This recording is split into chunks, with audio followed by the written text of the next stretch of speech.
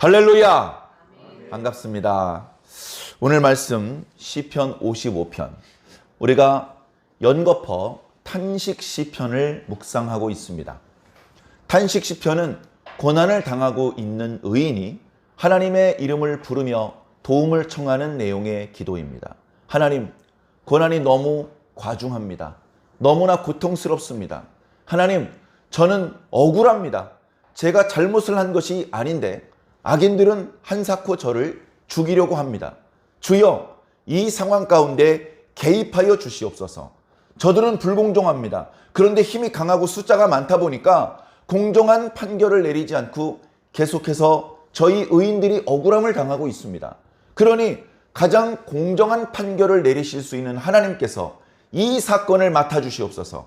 하나님께서 재판장이 되어 주시옵소서. 하나님께서 우리 의인들의 억울한 눈물을 좀 닦아주시옵소서. 그리고 그동안 부당한 방법으로 의인들의 소유를 약탈해간 저 악인들에게 그 죄에 합당한 재앙을 내려 주시옵소서.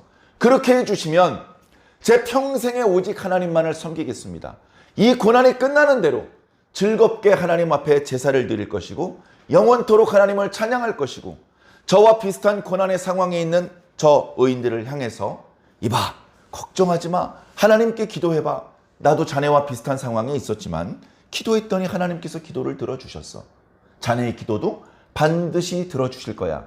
라고 위로해 주겠습니다. 이제 그런 내용들이 주로 나타나는 것이 시편의 탄식 시편입니다. 오늘 시편 55편도 비슷한 분위기인데요. 본문의 말씀을 좀 집중적으로 들어가서 살펴보기 전에 우리 신앙의 기본에 대해서 좀 말씀을 드리고 싶습니다. 신앙의 기본이 잘 갖추어져 있는 성도는 강한 성도입니다. 흔히 하는 말로 축구도 기본기가 중요하다, 그런 말을 합니다. 발재간이 좋아요. 공으로 뭐 이렇게 축구를 잘하는 게 아니라 거의 묘기를 부립니다. 그런데 체력이 너무 약해. 전반전도 끝나기 전에 뛰질 못하고 헥헥거리면서 걸어다녀. 그런 선수는 아무 팀에서도 스카웃을 해가지 않을 것입니다. 그리고 옆에 있는 선수한테 패스를 해야 돼요. 자기가 골을 넣고 자기의 기록을 올리고 싶은 욕심에 좋은 기회, 그리고 더 골을 넣을 가능성이 높은 동료가 옆에 있는데도 불구하고 패스를 하지 못하고 무리하게 수비수의 몸에다가 공을 때리면, 그러면 그런 선수들은 곧 그 팀에서 퇴출될 것입니다. 옆에 동료가 있는지 없는지, 지금 경기가 어떤 양상인지, 상대방 선수 중에 누굴 조심해야 되는지, 기본적으로 달리기를 잘해야 돼. 강력한 체력이 있어야 되고요. 정확하게 패스를 넣어줄 수 있는 기술이 있어야 되고, 어디에 패스를 넣어주면 좋을지 알아볼 수 있는 안목이 있어야 됩니다. 그러면 조금 복잡한 기술은 잘 못해도 좋아요. 막 헤딩을 50번, 100번을 할 수 있는 능력이 없어도 괜찮아요. 기본기가 갖추어져 있으면 어느 팀에서든 그 팀을 스카웃하고 중용할 것입니다. 그렇다면 우리 신앙인의 기본기라고 말할 수 있는 것은 무엇일까요? 신학대학원에 가면 성경시험을 봅니다. 성경시험을 봐요.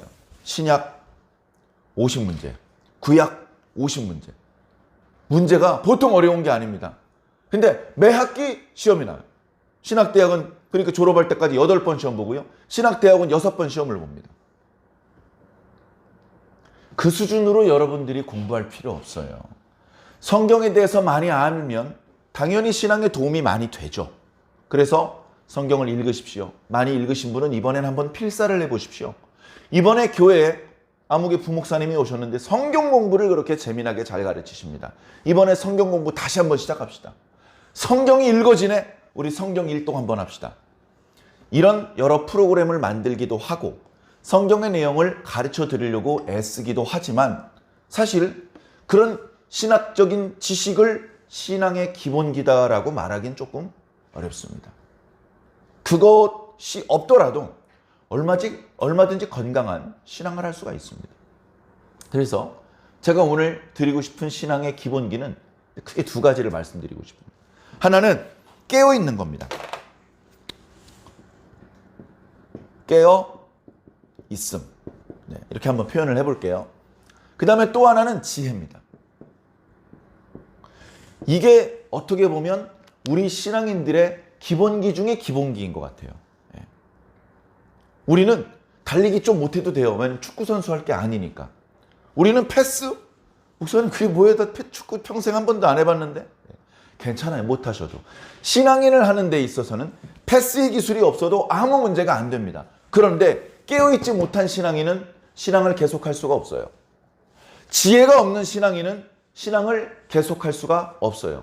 오늘 예배가 시작될 때 묵도 말씀으로 조금 긴 말씀을 읽어드렸는데 다름 아닌 시편 53편 말씀입니다. 첫 구절에 뭐라 그럽니까? 어리석은 자는 하나님 같은 건 없다고 말한다. 이러고 시작하잖아요. 그래가지고는 신앙을 할 수가 없단 말입니다. 신앙을 하고 있습니다. 여러분, 교회 출석했다고 신앙을 한다고 등치시킬 수는 없는 것 같아요. 신앙하는 사람은 의례, 주일 성수하죠. 그런데 주일 성수하는 사람들 중에서도 신앙이 흔들리는 이빨처럼 위태로운 분도 있을 수 있다. 넥타이를 메고 정장을 입고 교회에 출석했지만 그러나 그의 속은 그렇게 단정하지 못하고 썩어 있고 예를 들면 어두워져 있고 그럴 수 있다. 그래서 우리는 항상 기본기로 돌아가야 됩니다. 기본기. 기본기. 장로도 이거 있어야 돼. 목사, 내가 목사인데 안수 받은 지가 벌써 몇 년인. 아니요, 목사도 이거 필요합니다. 그럼 이제 막 세례받은 새신자 당연히 필요하죠.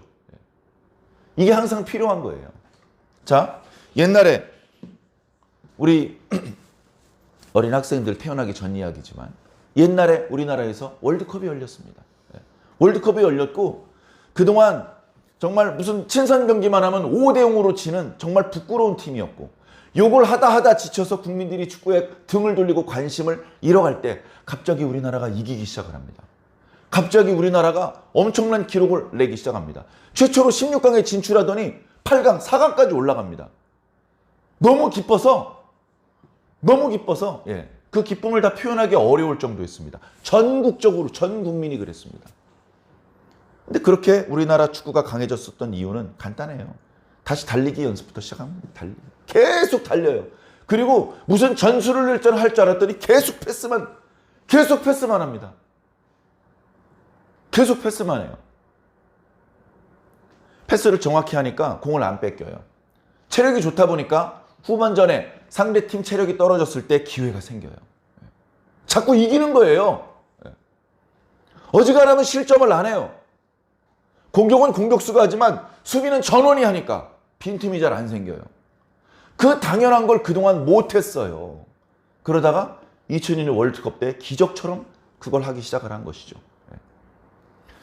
다시 기본으로 돌아갔더니 강해진 거예요. 팀이. 우리 그리스도인들 요즘 너무 약합니다. 멋있어졌어요. 기술은 좋아졌어요. 상당히 화려해졌어요. 근데 기초 체력이 너무 약해. 기초 체력이 너무 약해. 지속하는 힘이 너무 약하단 말이에요. 제가 한번 여쭤볼까요?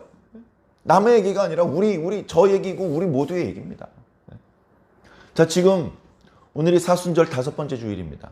사순절은 부활주일을 앞두고 주일을 뺀 40일 동안의 기간이에요. 그 기간 동안 예수 그리스도의 고난을 묵상하고 가급적이면 절제하고 경건한 생활을 하는 그런 기간으로 정해서 이제 그 기간을 보내고 있지 않습니까?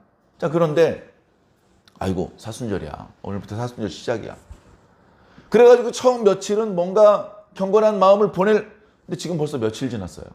20일 지나 30일 지나 사순절의 기간이 길어지다 보니까 늘어지고 나태해지고 처음에 긴장감은 둔해지는 겁니다. 긴장감이 둔해지는 거예요. 또 탄식 시편이네? 뭐 재밌는 거 없어? 신앙 재미를 채우기 위해서 하면 안 됩니다. 그래, 뭔가 같은 주제의 말씀이 계속 반복되고 같은 주제의 찬송이 반복되고 그나마 주제가 반복되는 건 괜찮아. 똑같은 찬송을 계속 부르고 그러면 사람은 약간 좀 지루해지는 겁니다. 너무 익숙해지다 못해서 어떤 긴장감도 사라져버리고 그럴 수 있어요. 그러다가 기본기를 잃어버리는 겁니다. 패스 맨날 하는 건데 그러니까 패스 안 하고 공 돌리는 겁니다. 공 돌리는 거. 공 뒤로 탁 튕겨가지고 이야 묘기인데 이런 칭찬을 듣고 싶은 거예요. 그래서 패스 연습 안 하고 달리기 연습 안 하고 이상한 기술 연습하는데 막상 실전에서는 그런 기술 쓸 틈이 없어요. 신앙은요, 실전입니다. 신앙은 실전이에요. 지금 예배 시간에도요, 영적 전투 연습 경기 하는 게 아니에요. 마귀는 실제로 이 시간 여러분 졸리게 만들고 자꾸 다른 생각 틈타게 만들고 어디가 가려워지게 만들고 전쟁이에요. 어떻게든 한 말씀이라도 못 듣게 만들려고. 그런가 하면 하나님의 진영에서는 성령을 부어주시고 천사들이 우리를 흔들어 깨워주시고 여러 가지 방법으로 어떻게 해서든 말씀을 듣고 어떻게 해서든 하나님을 만나고 경험하고 여러분들의 신앙이 좋아지게 만들려고. 실전이란 말이에요. 예배 끝나면요. 전쟁이 끝나나요? 아니요. 계속해서 실전입니다. 그런 상황이기 때문에 기본기 너무 중요하죠. 네. 자, 깨어있다는 얘기는요. 반응 속도를 말하는 거예요. 반응 속도. 자, 손가락이 있어요. 손. 여기 특별한 질병이 없어. 정상적인 건강한 손이야. 바늘로 콱 찔렀어. 아! 하는데 한 4초, 5초가 걸렸어요. 그러면 병이 아주 심각한 겁니다. 여기는 건강한지 몰라도 다른 쪽에 문제가 있는 거예요. 예를 들면 찔렀는데 3일 있다가 아야야야야 이런다면 어떻게 되겠습니까? 뜨거운 곳을 잡았어요. 그러면 아 뜨거 하고 놔야 되잖아요. 근데 그렇게 못하고 5초 있다 놓으면 여기 이미 다 화상 2도 3도 더 이상 손 쓸 수 없는 지경까지 상처가 커집니다. 영적으로 마귀가 찔렀는데 가만히 있다가 일주일 후에 아이야 그러면 그 성도는 죽는 거예요. 무슨 말씀인지 아시겠습니까? 네? 적군이 조용히 밤에 잘 안 보일 때 살금살금 기어와요. 네? 기어와. 그래가지고 우리 측 병사들이 있는 데까지 들어와가지고 칼로 찔러 죽이려고 들어와요. 그러면 저쪽에서 바스락거릴 때 그냥 따발총으로 다 죽여야 되잖아요. 근데 옷 벗고 다 늘어져 자고 있어서 목에 칼이 들어올 때까지 자고 있으면 초소 하나가 전멸했어요. 그러면 옆에 초소에서 왜 전화를 안 받아? 중대장님 문제가 있는 것 같습니다. 해가지고 빨리 더 이상 적들이 그리고 우리 대원들이 피해를 보지 않게 방비를 해야 될 것 아닙니까? 적들이 들어와서 일개 중대를 다 전멸시키는 동안 다 늘어져 자고 있으면 피해가 너무 커지잖아요. 영적으로 깨어있지 못하면요. 피해가 너무 커집니다. 제가 이제 식물을 좋아해요. 식물이요. 아차 방심하면 예를 들면 물을 줘야 되는데 너무 오랫동안 안 줬어. 벌레가 끼기 시작했는데 빨리 손을 쓰지 않았어. 그러면요. 순식간에 미워져요. 식물이 미워진다니까요. 자, 그러면 식물은요. 이 동물이랑 달라. 우리는 여기 뭐 상처가 나면 상처가 치료가 돼요. 그리고 여기 딱정이가 준 딱정이 떨어지면 가벼운 상처는 자국도 안 남고요. 깊은 상처는 약간의 흉터가 남지만 그래도 생활을 하는데 아무 불편이 없어요. 식물은요. 한번 미워지면 절대 돌아오지 않아요. 그냥 그 부분은 죽는 거야. 그 입장을 떼어내든지 그쪽 가지를 잘라내든지 다시 이쁜 모양으로 다시 잡는데 너무나 시간이 많이 걸리고 어려움이 있어요. 신앙이요. 깨어있지 못해가지고 일격을 당했어. 그러면 대부분 죽습니다. 영적으로 대부분 죽어요. 그리고 살아나도 평생 절름발이처럼 정상적인 아주 강력한 그런 십자가의 군병으로 신앙을 못해요. 어려움이 있어요. 그 원인이 뭐냐면 깨어있지 못해서 그런 거예요. 깨어있지. 적들이 오고 있으면 그걸 오는 걸 봐야 되고 그걸 느껴야 돼. 즉시 움직여야 돼. 즉시. 주님께서 사무엘아 그러시면 네! 부르셨습니까? 즉시 움직여야 된다고요.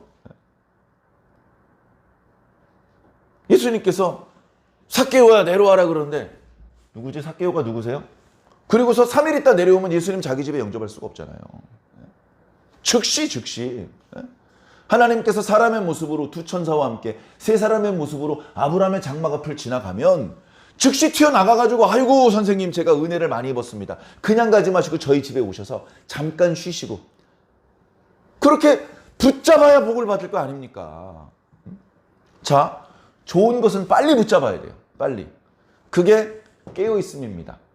다른 표현으로 민첩하다는 표현을 쓰기도 하는데 민첩한 것도 결국은 깨어있을 때만 가능한 거예요. 그 다음에 반대도 마찬가지. 복 받는 일 빨리 뛰어가서 복을 받아야 되죠. 그 다음에 부정적인 거. 부정적인 건 어떻게 됩니까? 빨리 버려야 돼, 빨리. 아유, 이거 좀 아까운데? 안주머니에 넣어놓고. 사도 바울이 과거에 가지고 있었던 지식을 어떻게 버렸다고요? 배설물처럼. 아유, 더러워. 아무 아낌도, 망설임도 없이 즉시 버리는 거예요. 즉시. 그게 깨어있습니다. 그게 깨어있어요. 실랑이로다. 튀ong 튀어나가서 영접할 수 있는 깨어있음. 이게 신앙의 고급 기술이 아니고요. 기초라고요. 기초. 처음에 예수 그리스도 믿고 영접하고 세례받고 그때 계속 잠자던 내 영혼이 깨어난 거예요. 그러면 예수님 다시 오실 때까지 계속 깨어있어야죠. 그러지 않습니까? 깨어있음 신앙의 기초 중에 기초죠. 자, 그 다음에 지혜입니다. 지혜는 이것도 무슨 고급 기술인 것 같아. 예를 들면 성도는 아니고 집사도 좀 어렵고 권사 정도 돼야 지혜를 이발할 그럴 것 같은데 그렇지 않고요. 지혜는 신앙의 기초 중에 기초입니다. 지혜는 간단히 말씀드려서 이런 거예요. 예를 들어서 내가 뭐 이렇게 좀 비염이 심하게 와가지고 냄새를 잘 못 맡아. 코가 막혀가지고 그냥 코를 숨도 못 쉬고 답답한 상황이 됐어. 그런데 딱 뭐가 나왔는데 이게 똥인지 된장인지 모르겠어. 눈으로만 봐가지고는 잘 구별이 안 될 수 있어요. 예?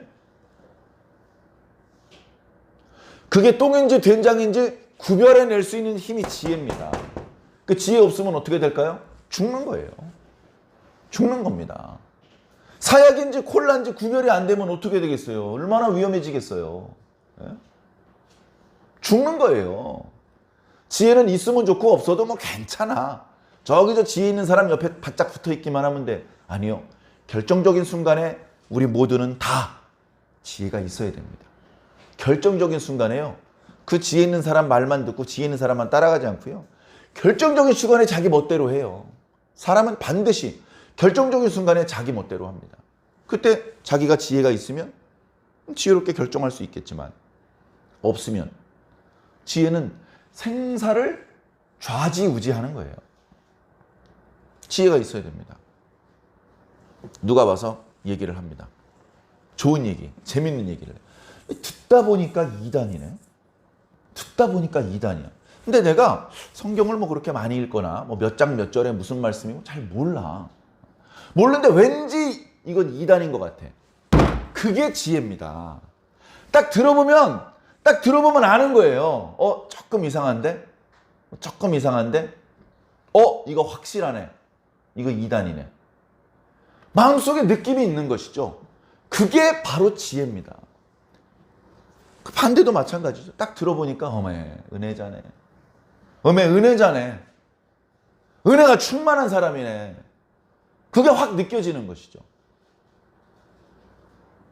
그게 지혜입니다.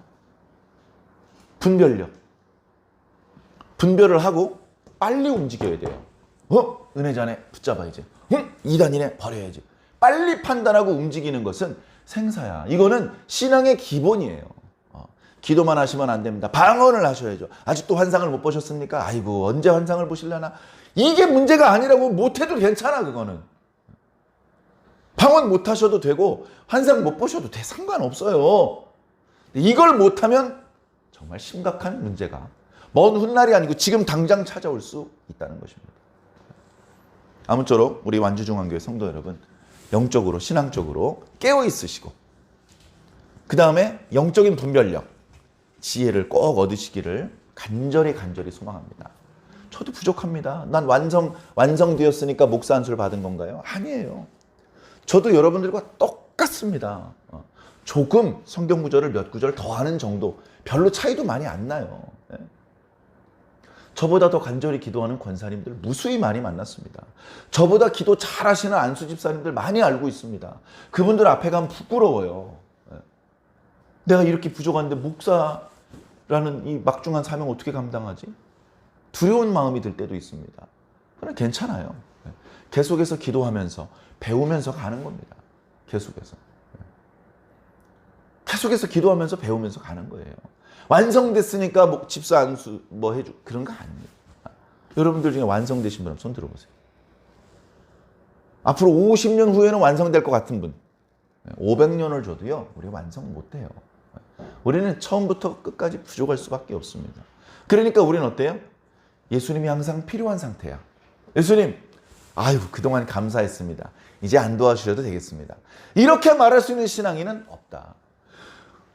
신앙을 막 30년, 40년 하고, 에녹처럼 막 하나님과 동행하는 삶을 살았어도 예수님 붙잡아야 돼. 예수님 무슨 말씀이세요? 어디 가세요? 나 예수님 없으면 죽어요. 붙잡아야 돼요. 그게 깨어있는 성도, 지혜가 있는 성도의 모습인 것입니다. 자, 이 신앙의 기초, 기본기, 이 관점에서 오늘 말씀을 한번 보십시오. 오늘 말씀은 사실은 15절로 끝나지 않고 저 뒤에 23절에 끝납니다. 이 시편의 특징 중에 하나는 이 의인, 시편을 기록했기 때문에 시인이라고도 표현하기도 하는데 이 시인을 괴롭히는 대적, 원수, 그 악인이 이방인이거나 그게 아니고요. 자기 친구예요. 자기 친구. 저 뒤에 13절에 보니까 그는 너, 곧 나의 동료이고 나의 친구이고 내 가까운 친구로다. 우리가 가깝게 지내면서 재미있게 의논을 하기도 했었고 그 다음에 함께 하나님의 집에 드나들었었도다. 그랬던 녀석이 배신을 하고 아주 내 가까이에서 무방비 상태에서 옆구리를 깊숙하게 찔러버린 거예요. 그러니까 그 찔림의 고통도 크지만 마음의 상처가 너무 큰 거예요. 감당이 안 되는 거야. 감당이. 그동안은 하나님 이 아이를 지켜주시옵소서라고 기도했다가 이 아이를 죽여주시옵소서, 혀를 잘라주시옵소서 이렇게 기도해야 되는 심정을요. 우리 쉽게 이해하기 어렵습니다. 쉽게 이해하기 어려워요. 이 시편이 다윗의 시잖아요. 다윗은 그걸 경험을 한 거예요. 그리고 그런 경험을 한 사람은 이 우주에 과거로부터 미래까지 다윗 한 명이냐? 아니요. 또 누군가 그런 고통을 당할 수 있는 거예요. 그래서 그 다윗의 시가 기록되어서 시대와 언어와 국경을 초월해서 이렇게 그리스도인들에게 읽혀지고 전달되고 있는 것입니다. 사랑하는 성도 여러분, 대적이 지인이면 상당히 난처하죠. 당황스럽습니다. 멘탈 붕괴가 일어납니다. 자, 그런데 그런 순간에도 빨리 추스리고 정신을 차려야 돼요. 그게 조금 전에 말씀드린 신앙의 기본기. 깨어있고 즉각적으로 움직일 수 있고 바로 분별해야 돼. 이 자식 친구가 아니라 지금은 대적이네. 빨리 분별을 하고 빨리 움직여야 되는 거예요. 빨리 움직여야 됩니다. 자, 이런 상황이 되었을 때 자, 어떻게 하면 좋을지 오늘 말씀을 기초로 몇 가지 말씀을 드리면요. 첫 번째, 대적의 공격을 받는 상황이 됐어. 그 녀석이 전에 친구였는지 모르지만 지금 대적이야. 그 녀석이 나랑 그동안 그럭저럭 사이좋게 지냈던 저 이웃집 사람이었는지 저 이웃 나라 사람이었는지 모르지만 지금은 적극적으로 나를 죽이려고 하고 있어. 자, 그런 상황이 되었을 때 그걸 빨리 인지를 해야 됩니다. 조금 전에 깨어있음과 지혜에 대해서 말씀드렸던 것처럼 빨리 인지를 하고 첫 번째는 뭔가 이렇게 좀 소속을 분명히 해야 된다고 해야 되나?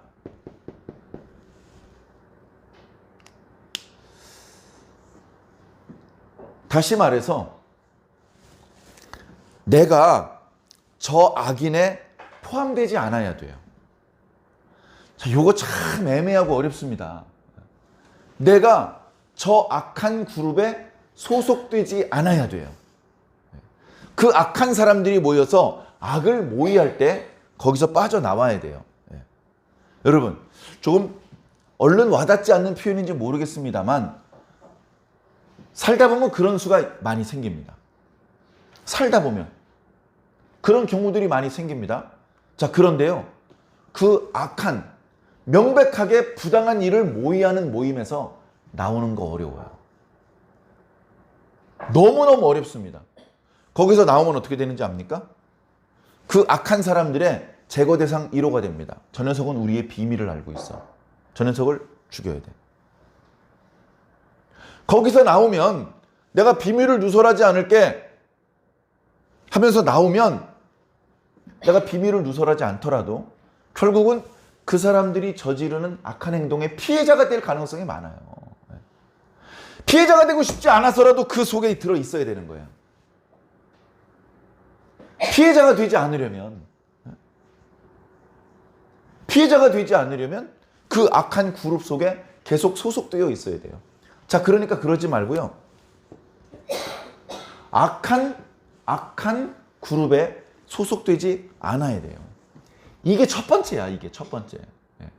이렇게 하려면요, 아까 말씀드린 지혜가 있어야 돼요. 아, 이거 명백히 부당한 일이구나. 이거 명백히 불의한 일이구나. 그걸 딱 감각할 수 있어야 돼요. 잠깐만, 이거 계산기 한번 돌려봐야지 불의한지 의로운지 나오겠는데, 그런 게 아니에요. 계산기 돌려보기 전에 이거 왠지 고개가 자꾸 갸우뚱해지고 마음에 뭔가 불편하고 자꾸 누가 생각나고 그거 성령님께서 여러분 마음속에 양심의 북을 두드리고 계신 겁니다. 예? 성령님께서 여러분 마음에 양심의 북을 두드리고 계신 거예요. 간혹 그 북이 찢어진 사람이 있어요. 얼마나 불쌍한 사람인지 모릅니다. 철저히 악을 저지르면서도 뉘우칠 줄 모르고 양심의 가책도 없이 살겠죠. 아주 위험한 존재로 살겠죠.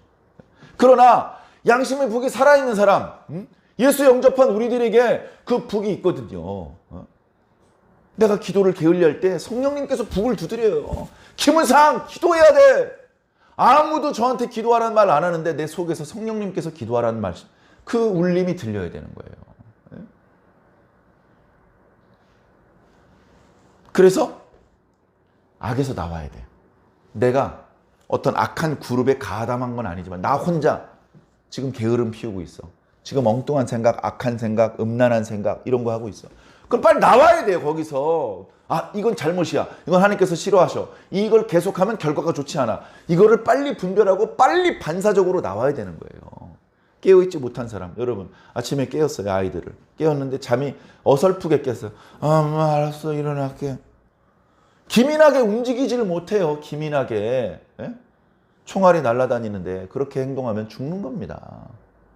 말짱하게 깨야 돼요. 말짱하게. 빠른 속도로 움직여야 돼요. 자, 두 번째는요.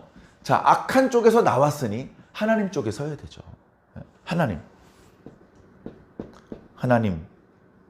깨로 움직여야 되는 거예요. 난 여기 있을 테니까 하나님이 이리 오세요.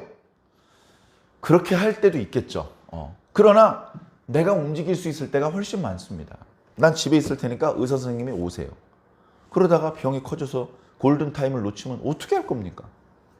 빨리 움직일 수 있는 내가 가야 되는 것이죠. 잠자고 있는 의사 선생님을 깨워서라도 일단 살고 봐야 되는 겁니다. 하나님께로 가야 돼요. 하나님께. 자, 근데 이때도 어려움이 있어요.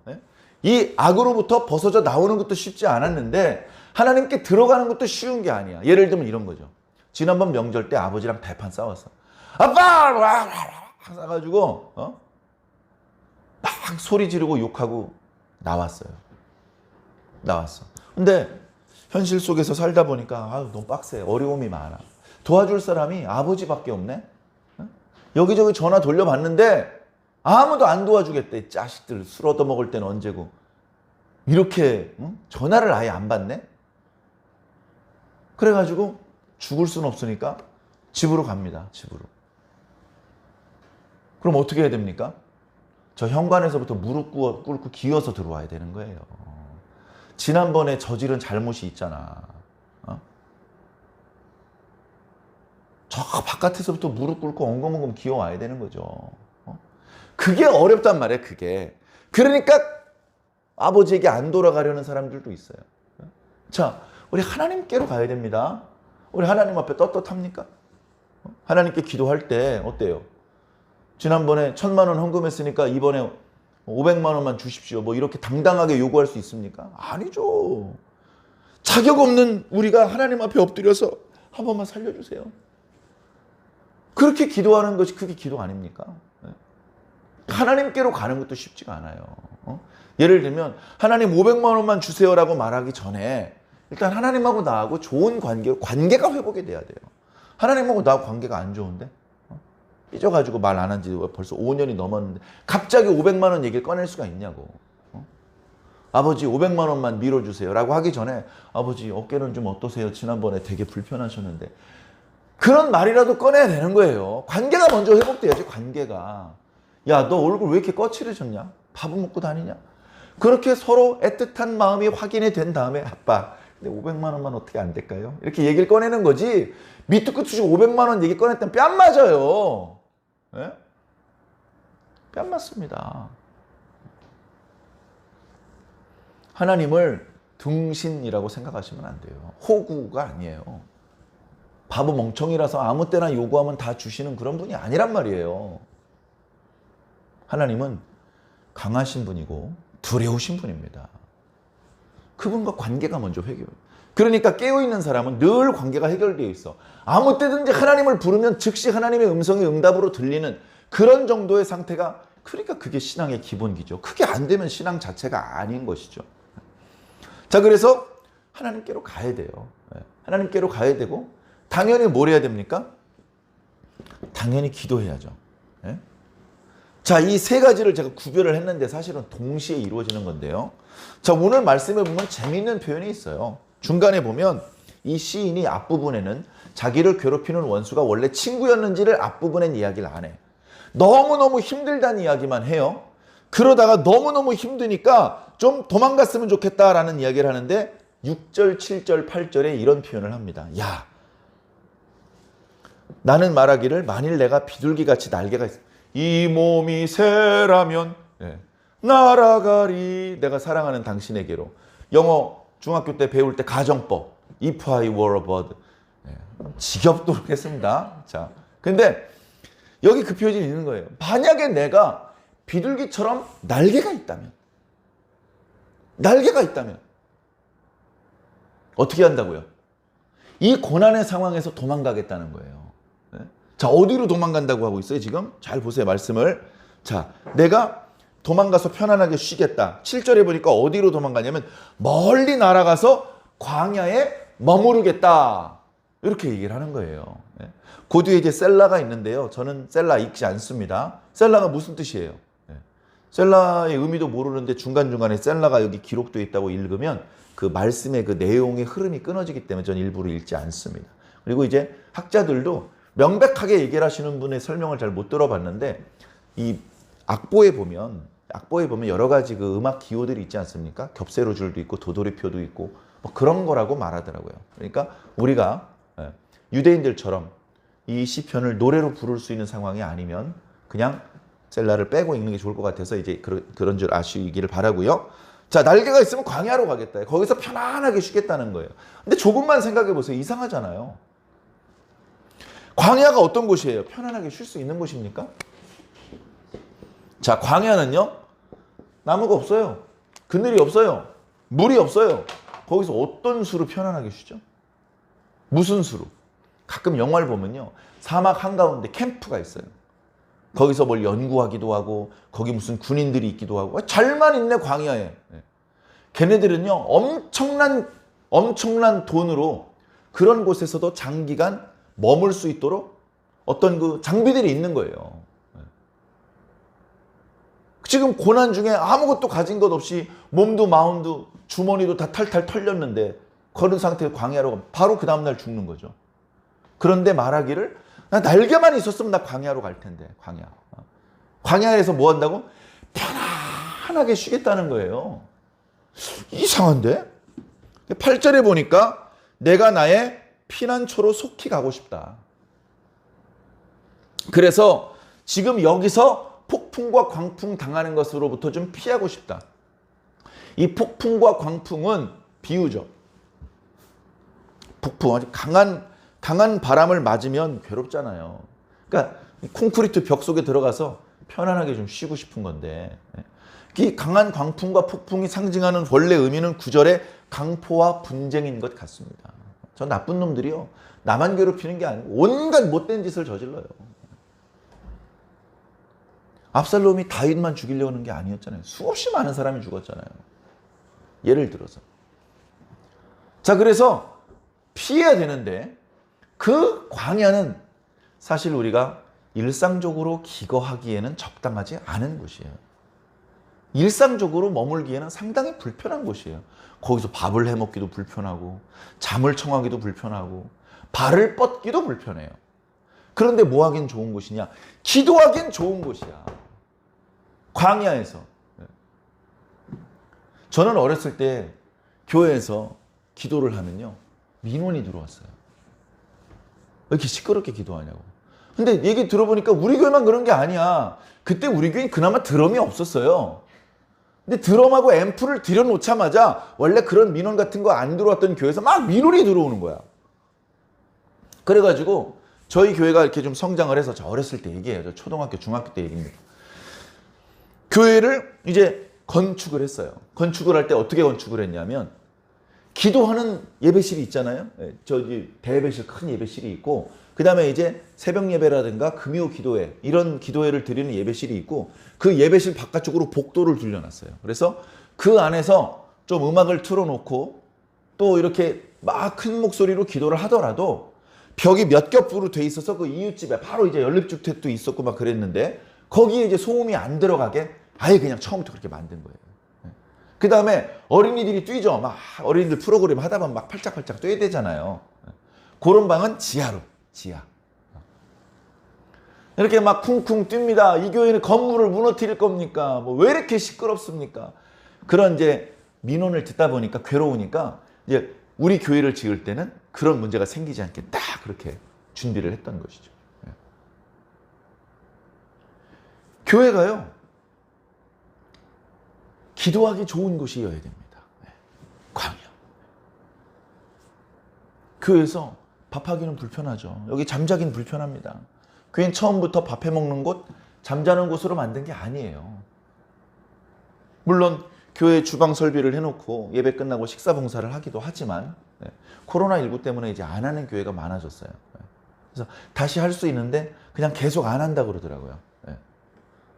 자, 그거는 어쩔 수 없는 일이고, 어찌되었건 중요한 건 뭐냐면, 이 고난의 순간, 부당한 해코지를 당하는 순간, 뭔가 억울한 순간, 뭔가 위험이 감지되는 순간, 우리는 즉각적으로 움직여야 되는 것입니다.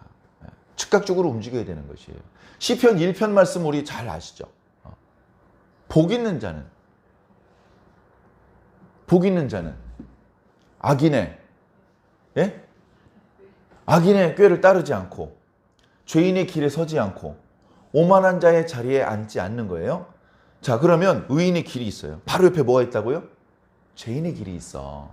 거기서 계속 부를 거 아닙니까? 근데 그 소리가 커도 듣지 않고, 가느다란 소리지만 예수 그리스도 우리를 부르는 소리 듣고 가야 되는 거예요. 그 사람이 사는 거죠. 자, 근데 옆에서 하도 한번 오라 그래서 악인의 꾀에 한번 빠졌어. 그래서 탈선을 하는 거예요. 이만큼 나왔어. 죄인의 길에 서 있네? 그러다가 오만한 자리에 자리 주저앉는 거예요. 그 의인의 길을 계속 가야 되는데 벌써 멈췄잖아요. 자, 이게 왜 그러냐면요, 복이 없는 자이기 때문에, 지혜롭지 못한 자이기 때문에, 깨어있지 못한 자이기 때문에 그런 거예요. 탈선하는 순간 이러면 안 되는데 확 느껴져야 되고, 즉시 다시 돌아와야죠. 예? 즉시 돌아와야죠. 그게 쉽지 않다는 거예요. 예? 그러니까 악인의 꾀를 따르지 않고 죄인의 길에 서지 않고 오만한 자리에 앉지 않을 수 있는 사람이 복 있는 사람, 그 사람이 깨어있는 사람, 그 사람이 지혜 있는 사람, 그 사람이 천국 백성인 거예요. 예? 조금 오만한 자리에 앉아 있더라도 예수님만 영접하면 되는 건가요? 방심하면 바로 아웃 될 수 있습니다. 바로 거기서 나와야 되는 거예요. 하나님께로. 오직 나의 율법을 즐거워하여 그 율법을 주야로 묵상하는 자로다. 의인의 길이 처음부터 좋은 건 아니에요. 어려움이 있어요.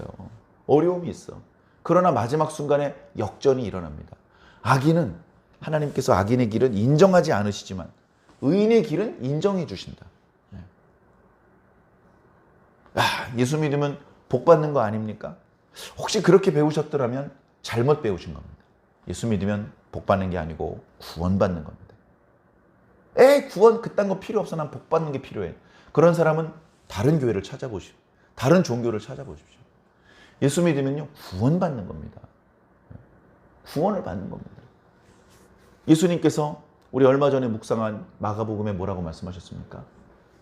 나를 위하여 아비도 버리고 전토도 버리고 다 버린 자는 금세에 있어서 100배나 받는다. 100배나.